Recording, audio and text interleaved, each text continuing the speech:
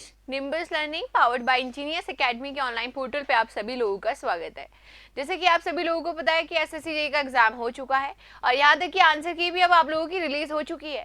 तो इसी को ध्यान में रखते हुए देखो, आप लोगों को पता है जब आंसर की रिलीज होती है तो काफी क्वेश्चंस ऐसे रहते हैं जो कंट्रोवर्शियल क्वेश्चन आपके रहते हैं, या ऐसे क्वेश्चंस जिसमें आप लोग ऑब्जेक्शन को रेज कर सकते हैं। तो हम आप लोगों की पूरी तरीके से, आप लोगों की हमारी टीम पूरी तरीके से आप लोगों की हेल्प करेगी, जिसमें कि हम आप लोगों को गाइड करेंगे कहीं ना कहीं कि आपको कौन से क्वेश्चंस में ऑब्जेक्शन करना है और कौन से क्वेश्चंस में ऑब्जेक्शन नहीं करना है। क्योंकि देखो, ये गाइड करना इसलिए जरूरी है क्योंकि काफी स्टूडेंट्स को ऐसा लगता है कि जो मार्क उन्होंने किया है, जो आंसर उन्होंने मार्क किया है, वो डेफिनेटली उनका करेक्ट आंसर है। लेकिन देखो, जरूरी नहीं है कि जो आप सोच रहे हैं कि हमारा करेक्ट है वो करेक्ट ही होगा। ठीक है, बाकी तो देखो आपकी मर्जी है। अगर आपको ऐसा लगता है कि क्लेम करना चाहिए तो आप डेफिनेटली कर सकते हो भाई, लेकिन हम आपको सही रास्ता बता सकते हैं, या हम आपको सही डायरेक्शन दे सकते हैं, या हम आपको सही क्वेश्चन बता सकते हैं कि इसमें अगर आप क्लेम करोगे तो डेफिनेटली आपको मार्क्स मिलेंगे। और अगर आप औरों में करोगे तो वहाँ पे प्रोबेबिलिटी बहुत कम है, जहाँ पर आपको ऐसा लग रहा है कि आपका ठीक है बट वो ठीक नहीं है। इसीलिए मैंने दोनों टाइप के क्वेश्चन इसमें शामिल किए हैं, जिसमें कि काफी स्टूडेंट्स को लग रहा है कि हम ठीक है और जिसमें कि सच में आपको क्लेम करना है। तो दोनों चीजें मैं आप लोगों को क्लियर करते हुए चलूंगी। बाकी देखो, आप लोगों ने अपने अकॉर्डिंग देखना है, जिसमें कि आपको ये देखना है कि आपका सच में आप किसके लिए आप रेफरेंस बुक का दे सकते हैं, और आपका जो क्वेश्चन है वो डेफिनेटली करेक्ट हो सकता है। कहने का मतलब मेरा ओवरऑल ये है। ठीक है, तो देखो आपको पता है कि एसएससी जेईई में कंट्रोवर्शियल क्वेश्चन मतलब जिसमें स्टूडेंट्स भी बोल रहे हैं कि हमारा ठीक है बट कमीशन ने गलत दिया है, ऐसे तरीके से आप लोग बोल रहे हैं, तो वो मैं सब आपको क्लियर करने वाली हूँ। तो आप इस वीडियो को पूरा एंड तक देखिएगा, तभी आपको चीजें क्लियर हो पाएंगी कि आपको कौन से क्वेश्चंस को क्लेम करना है, कौन से नहीं करना है, किसमें ऑब्जेक्शन रेज करना है, किसमें नहीं करना है। ठीक है, अब देखो ये क्वेश्चन है, as described by Indian Road Congress, which of the following method is used for the design and analysis of flexible payment? Flexible payment के design and analysis की बात की है। अब काफी स्टूडेंट्स कह रहे हैं कि इसमें जो आंसर एसएससी ने दिया है वो गलत है, मतलब कि कैलिफोर्निया बियरिंग रेशियो मेथड गलत है, बट ऐसा नहीं है। देखो, ये करेक्ट है। आप अगर इसमें क्लेम करोगे तो आपको मार्क्स नहीं मिलेंगे और आपके पैसा भी वेस्ट होगा। आपको पता है ऑब्जेक्शन रेज करने के लिए आपको पेमेंट भी करना पड़ता है, तो वो आपका पैसा वेस्ट ही होगा क्योंकि इसमें नहीं आपका आंसर करेक्ट माना जाएगा। तो ये एकदम करेक्ट आंसर है। नेक्स्ट क्वेश्चन देखो, the form use in public works for measurement book is. इसमें जो फॉर्म 23 है ये एकदम करेक्ट है। इसमें आप अगर ऑब्जेक्शन रेज करोगे तो वो आपका ऑब्जेक्शन करेक्ट नहीं माना जाएगा। ये सही आंसर दिया गया है एसएससी के द्वारा। आगे देखो, अगर हम बात करिए स्केल की, बात करते हैं कि not give accurate results due to shrinkage of the seat और द पेपर। ये भी कमीशन के द्वारा एकदम करेक्ट आंसर दिया गया है।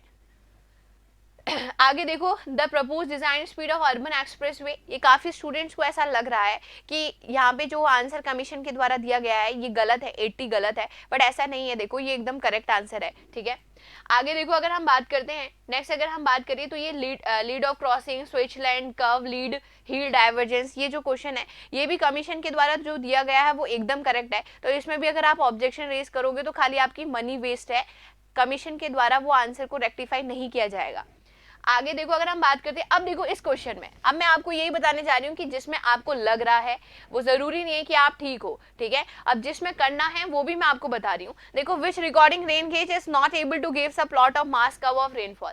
इसमें टिपिंग बकेट दिया गया है जो कि कहीं ना कहीं क्या है, कहीं ना कहीं गलत है। इसमें जो आंसर जाना चाहिए वो साइमंस रेन गेज जाना चाहिए। अब आप देखो, बुक का रेफरेंस भी दे सकते हो, एसके गर्ग पेज नंबर 288 में आप लोग देखेंगे, जहाँ पे साफ साफ मेंशन किया गया है कि जो हमारा नॉन रिकॉर्डिंग रेन गेज होता है वो कहीं ना कहीं they do not record the rain, और यहीं से हम लोगों को मास कर्व ऑफ रेनफॉल देखने को नहीं मिलता। ठीक, आगे देखो, अगर हम नेक्स्ट बात करते हैं तो ये क्वेश्चन देखो, the grease and other substances floating on the surface of sewage is termed as. अब खुद ही आप सोचो, जब आप पढ़ते हैं इन्वायरमेंटल इंजीनियरिंग तो आप लोग देखते हैं कि हमारे पास क्या आता है, ग्रीस की लेयर, ऑयली लेयर ये आती है। तो इस लेयर को हम लोग क्या नाम देते हैं, स्कम लेयर नाम देते हैं। तो एरोबिक तो किसी भी हाल में नहीं जा सकता। अब स्कम लेयर तो करेक्ट है, बट इसके ऑब्जेक्शन के लिए आप क्या रेफरेंस डाल सकते हो? देखो, रेफरेंस के लिए आप sewage disposal air pollution engineering, Santosh Kumar Garg, SK Garg, ये बुक है वॉल्यूम 2, इसका रेफरेंस आप लोग डाल सकते हैं। ठीक है, इसका आप लोग ऐड कर सकते हैं, जिसमें कि साफ साफ मेंशन किया गया है कि वो स्कम लेयर फॉर्म होती है। आगे देखो, अगर हम बात करते हैं, देखो कंसोलिडेशन एंड कॉम्पैक्शन का क्वेश्चन था। आप लोग देख पा रहे हो कि क्वेश्चन ने कहा था कि consolidation is due to a reduction in the volume of air voids at a given water content, जो कि कहीं ना कहीं रॉन्ग है। इसी तरीके से कॉम्पैक्शन के लिए बोला गया है कि expulsion of pore water from voids, ये भी क्या है, कहीं ना कहीं रॉन्ग है। तो यहाँ से देखो आप लोग देख सकते हो, इसके लिए रेफरेंस के लिए आप डाल सकते हो बीसी पूनम या पेज नंबर 381 आप लोग डाल सकते हैं। उसमें साफ साफ मेंशन किया गया है, साफ साफ मेंशन किया गया है कि इसमें जो दोनों स्टेटमेंट्स हैं वो तो आपके इनकरेक्ट हैं ही, और इसमें मेंशन किया गया है कि जो आपका कॉम्पैक्शन होता है उसमें आपको एक्सपल्शन ऑफ एयर नजर आती है। इसी तरीके से कंसोलिडेशन की बात करें तो एक्सपल्शन ऑफ वाटर आपको नजर आता है। तो आप लोग इस वाली बुक का रेफरेंस डाल सकते हैं, पेज नंबर डाल सकते हैं, और ज़्यादा अगर आपको हमारी हेल्प की ज़रूरत है तो डेफिनेटली आप हमारे टेलीग्राम ग्रुप को ज्वाइन कर लें।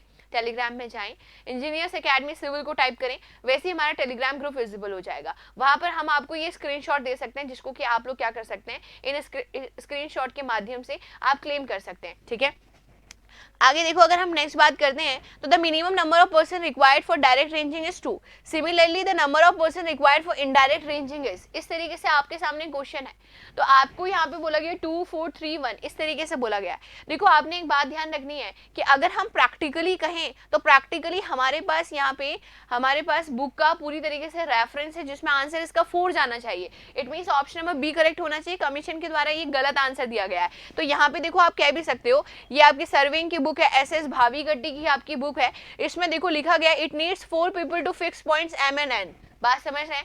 तो हम लोगों को कहीं ना कहीं इनडायरेक्ट रेंजिंग में 4% की रिक्वायरमेंट होती है। और रेफरेंस के लिए आपके पास देखो पेज नंबर 43 में सर्वेइंग की बुक एसएस भावीगट्टी, तो ये कहीं ना कहीं आप इसको रेफरेंस के फॉर्म में आप डाल सकते हैं, साथ ही साथ इसका स्क्रीनशॉट लेकर भी आप लोग डाल सकते हैं। बाकी आपको टेलीग्राम में मैं आप लोगों को सेंड कर दूंगी, अगर आप टेलीग्राम ग्रुप को हमारा ज्वाइन कर लेते हैं। आगे देखो नेक्स्ट अगर हम बात करते हैं, अब देखो ये क्वेश्चन सॉइल का है, जो कि total active earth pressure due to dry backfill acting at h/3 above the base is directly proportional to.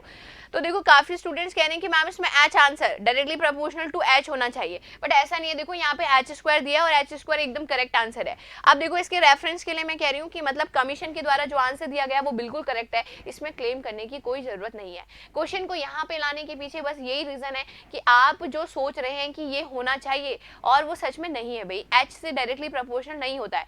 क्यों? देखो मैं आपको ये बता रही हूँ कि कोई बात नहीं, चलो एसएससी में आप ऐसा सोच रहे हो कि आप सही हो, लेकिन आने वाले टाइम में भी तो आप और एग्जाम दोगे, तो उसमें तो एटलीस्ट आप सही सोच पाए, उसमें तो आप सही कर पाए। ठीक है, तो इसीलिए देखो यहाँ पे आप देख रहे हो कि पी इज इक्वल टू 1/2 के गामा h² आता है जब हम टोटल प्रेशर की बात करते हैं। तो यहाँ पे आप देख रहे हो कि प्रेशर डायरेक्टली किसके प्रोपोर्शनल है, h² के प्रोपोर्शनल है, तो h की तो प्रोपोर्शनल हो ही नहीं सकता। ठीक है, तो आपने ये चीज नहीं सोचनी है, नेक्स्ट टाइम आप लोगों ने ठीक करके आना है।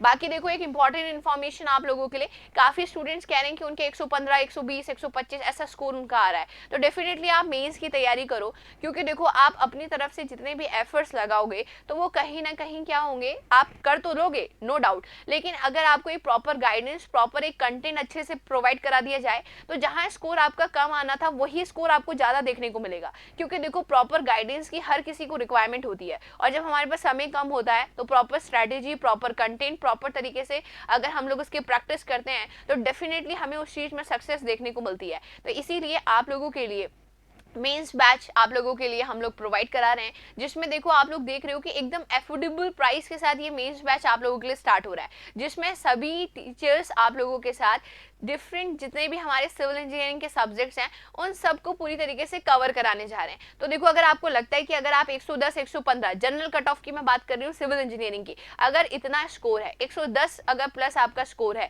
तो डेफिनेटली आप मेंस की तैयारी करो। मेंस की तैयारी करने से देखो आप आने वाले टाइम में और भी स्टेट सर्विसेज एग्जामिनेशन होंगे, उनकी कट ऑफ को भी आप लोग क्लियर कर ले जाओगे। तो ये बहुत ज्यादा इंपॉर्टेंट है आप लोगों के लिए कि आप लोग अपनी तैयारी को बहुत ही बेहतरीन ढंग से करें। ठीक है, तो इसी तरीके से आप लोगों को हम लोग इस तरीके से हम आप लोगों को गाइड करते रहेंगे। तो सभी स्टूडेंट्स वीडियो को लाइक जरूर करें, शेयर जरूर करें, और अगर आप हमारे चैनल पे नए हैं तो चैनल को सब्सक्राइब करना बिल्कुल ना भूलें। ठीक है, चलिए, thank you so much and all the very best. Thank you. If you really like the video, please hit the like button, share the video, subscribe to our YouTube channel and press the bell icon for the latest updates. Thank you.